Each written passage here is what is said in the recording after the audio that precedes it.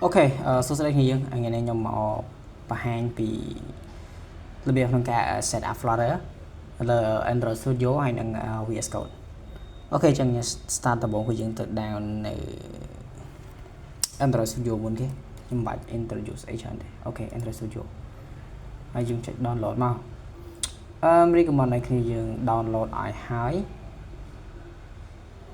ពីផ្ទះទៅដល់សារបើសិនជាទៅសិន set up អាចនឹង slow ខ្លាំងអូខេចឹងយើងចុច download មកចុច download ធម្មតាវាអត់មានអីទៅសាញ់ញ៉ាំទេអូខេចឹង download ប៉ុន្តែខ្ញុំ download ហើយចឹងខ្ញុំមិនបាច់ down ទេវាធម្មតាអូខេចឹងយើងចុច install វាធម្មតាមកចឹងបន្ទាប់ពីយើង install ហើយយើងបង្កើតជាបាន app Android Studio ហ្នឹងហើយនេះចឹងអីយើងត្រូវធ្វើបន្ទាប់ទៀតគឺយើងត្រូវទៅ download នៅគេហៅថា Flutter SDK ចឹងយើង search ចូលទៅ Flutter SDK ចឹងយើងចុចយកមកហើយយើងចុចចាលើគេនេះមក SDK Archive នេះហើយយើង auto copy ចឹងយើងនឹងឃើញ stable channel ដោយសារតែវាមាន beta channel ហើយនឹង stable channel ចឹងយើងធ្វើការ stable ចឹងយើងវាមាន Windows វាមាន Mac OS វាមាន Linux ចឹងយើងគឺប្រើ Windows យើងត្រូវការ version Windows ចឹងយើងចុចលើលេខ version នេះទៅគឺ 3.35.7 យើង select ទៅពេលវា download វានឹង download ជា zip បែបនេះដោយសារតែ file នឹងធំចឹងគឺ zip វាទៅឲ្យយើងស្រួល download ប៉ុន្តែខ្ញុំ download ហើយអញ្ចឹងafter យើង download ហើយយើងចូលទៅកាន់ file ទៅហើយយើងត្រូវច្បាស់ location file របស់យើងខ្លួនឯងអញ្ចឹងខ្ញុំចូល file Flutter SDK អញ្ចឹងfile ហ្នឹងពីដំបូងមកវាអត់មាន ammonia ទេអត់មានទេវាមានតែនេះអញ្ចឹងយើងចុច right click ហើយយើង extract វាមកយើងបាន file ប៉ុណ្នេះហើយអញ្ចឹងយើង select បើក file ហ្នឹងទៅហើយចុចលើ bin យើងឃើញ file bin នេះដល់ណានេះនេះឃើញនេះ file bin អញ្ចឹង select លើ file bin ហ្នឹងមកហើយយើង copy path ហ្នឹងមកអូខេ path ទាំងអស់ហ្នឹងអញ្ចឹងយើង copy វាមកហើយយើងខ្វែងវាចោលវិញទៅអញ្ចឹងឲ្យយើងចូលទៅកន្លែង search របស់យើង search ថា edit នេះ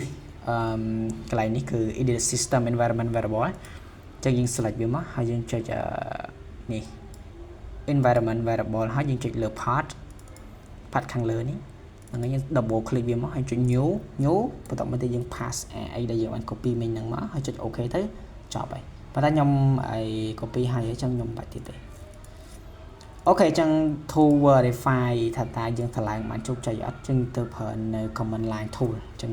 យើងអាចប្រើជា git bash ក៏បានប្រើជាអីក៏បានដែរស្អាតចិត្តយើងតែខ្ញុំធ្លាប់ប្រើ PowerShell អញ្ចឹងខ្ញុំបើក PowerShell របស់ខ្ញុំមកអាចថាគ្នាយើងរៀងបើកមើលតិចដោយសារ PowerShell មើលទៅរៀងខ្លាថ្នាក់អូខេអញ្ចឹងអីដែលយើងត្រូវធ្វើគឺយើងត្រូវsorry អញ្ចឹងយើងត្រូវ comment ពាក្យថា Flutter Doctor I think អូខេអញ្ចឹងឲ្យបន្ទាប់ពីចេញអញ្ចឹងហើយគឺជោគជ័យហីបើសិនជាអត់ចេញអញ្ចឹងទេគឺអត់ជោគជ័យទេនិយាយខ្លីអញ្ចឹងហ្មងអញ្ចឹងយើងខ្វែងវាចោលមកហើយយើងបើកនៅ Android Studio របស់យើងមកយ៉ាអូខេអញ្ចឹងខ្ញុំ open វាមកអញ្ចឹងពេលចូលមកដំបូងវាអត់អញ្ចឹងហ្មងទេខ្ញុំ close project ខ្ញុំសិនខ្ញុំប្រាប់ពីដំបូងមកហ្នឹងហើយពីដំបូងគឺវាចេញមកបែបនេះហើយយើងចូលទៅកាន់ plugin សិនដើម្បីតម្លើងនៅ plugin 2សំខាន់គឺ dot ហើយនៅ Flutter ហើយសម្រាប់ពួកនេះសិតតែ sim ទេមិនខ្វល់ទេអញ្ចឹងតម្លើងតែ2ហ្នឹងអូខេហើយចេញចុចចូល project ចឹងវិញមកហើយចុច new Flutter project អញ្ចឹងនៅពេលដែល start ដំបូងអាកន្លែង Flutter SDK path នេះវាអត់ទាន់មាន path បែបនេះទេខ្ញុំបានដាក់ហើយអញ្ចឹងរបៀបដែលយើងដាក់ path ហ្នឹងគឺបែបនេះយើងចុចកន្លែង tray 3នេះមកហើយយើងទៅកាន់នៅ location ដែលយើងបានដាក់នៅ Flutter SDK ដែលយើងបាន extract មិញនេះឯងអញ្ចឹងខ្ញុំដាក់នៅក្នុង Flutter SDK អញ្ចឹងខ្ញុំ select ចូលនេះអូខេអញ្ចឹងខ្ញុំ select Flutter ហ្នឹងហើយខ្ញុំ select folder មកបើសិនជាវាអត់ load អក្សរកន្លែងនេះវាដាក់ថាអីអត់ឃើញនៅ Flutter SDK ហ្នឹងទេបានន័យថាយើងដាក់ខុសហើយអញ្ចឹងបើសិនជា select មកអត់មានអីទេអូខេអញ្ចឹងយើង next មកអូខេអញ្ចឹងយើងដាក់ឈ្មោះ project មក003អញ្ចឹងតាអញ្ចឹងយើង create ដែរអញ្ចឹងវា automatically create ទេវាមិនជាបញ្ហាអីច្រើនទេអូខេបន្ទាប់ពីបានបែបនេះហើយនៅលើ Android Studio អាចថាវារៀងធ្ងន់ម៉ាស៊ីនគ្នាយើងតិចបើសិនជា spec ម៉ាស៊ីនគ្នាយើងឲ្យ RAM 8G CPU Core i5 ក្រោមចំនួនទី10 11អីអៀងជារៀងតឹងឬក៏ laptop របស់យើងខ្លះអត់មាន graphic card ទេអញ្ចឹងធ្ងន់តិចអញ្ចឹងរឿងបន្ទាប់គឺយើងត្រូវធ្វើគឺយើងត្រូវទៅតម្លើងនៅ Android emulator ចឹងយើងចូលកន្លែង device manager នេះមកយើង select លើនឹងមកអញ្ចឹងយើងនឹងឃើញ device manager ហើយយើងឃើញសញ្ញា plus នេះមួយ add នេះមួយចឹងយើង select មកយើងចុច create visual device អញ្ចឹងគ្នាយើងឆ្លាញ់ model ណាយក model ហ្នឹងទៅប៉ុន្តែបើសិនជា spec គ្នាយើងតូចៗទេយក model ក្រុមទៅ 4a pixel 6អីអូខេហ្នឹងវាស្អាតហើយតែខ្ញុំតម្លើងហើយអញ្ចឹងខ្ញុំសូមបើក pixel 8អូមួយទៀតខ្ញុំប្រាប់ដើម្បីឲ្យ emulator ហ្នឹងវា pop up ឡើងមកលើ screen ខ្ញុំអត់ចង់ឲ្យវា run នៅក្នុងនេះទេអញ្ចឹងខ្ញុំចង់ឲ្យវា pop up លើ screen អញ្ចឹងខ្ញុំចូលទៅកាន់ setting យើងចុច setting មកហើយយើងទៅរកពាក្យថា emulator តែបើយើងរកមិនឃើញទេយើង search មកទៅ emulator អូខេឥឡូវយើងដល់ emulator ហើយអញ្ចឹងយើងគ្រាន់តែ untick កន្លែងនេះជិះទៅកន្លែងនេះវា tick អញ្ចឹងយើង untick វាមកអាកន្លែង launch in running device tool window ហ្នឹងអញ្ចឹងយើង untick វាមកហើយយើងចុច apply ដូច OK មកចប់ហើយអញ្ចឹងខ្ញុំសូមចុច run ហ្មងទៅបញ្ជាក់បន្តិចគ្នាយើងមួយនៅពេលធ្វើការលើនេះជិះវា blue screen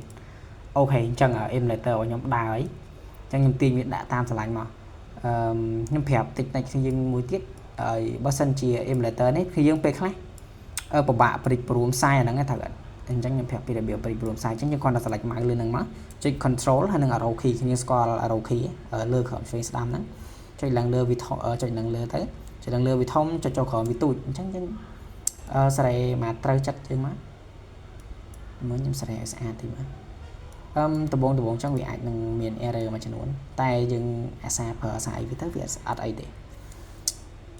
អូខេខ្ញុំគិតថាប៉ានេះស្អាតហើយអញ្ចឹងយើងទាញអញ្ចឹងមកខ្ញុំគិតថាវាគួរតែអីចា sorry អញ្ចឹងយើងគិតថាអូខេហើយប៉ានេះអត់អីទេអញ្ចឹងដើម្បី run វាយើងឃើញនៅកន្លែងនេះហើយនេះគឺយើង select pixel 8ឈ្មោះ emulator យើងនឹងមកយើងចុចហើយយើងចុចប៊ូតុង run ទៅគឺអូខេអញ្ចឹងយើងទៅមើលនៅលើ visual code វិញ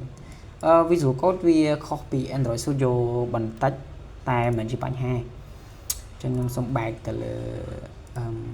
វា visual code អូខេ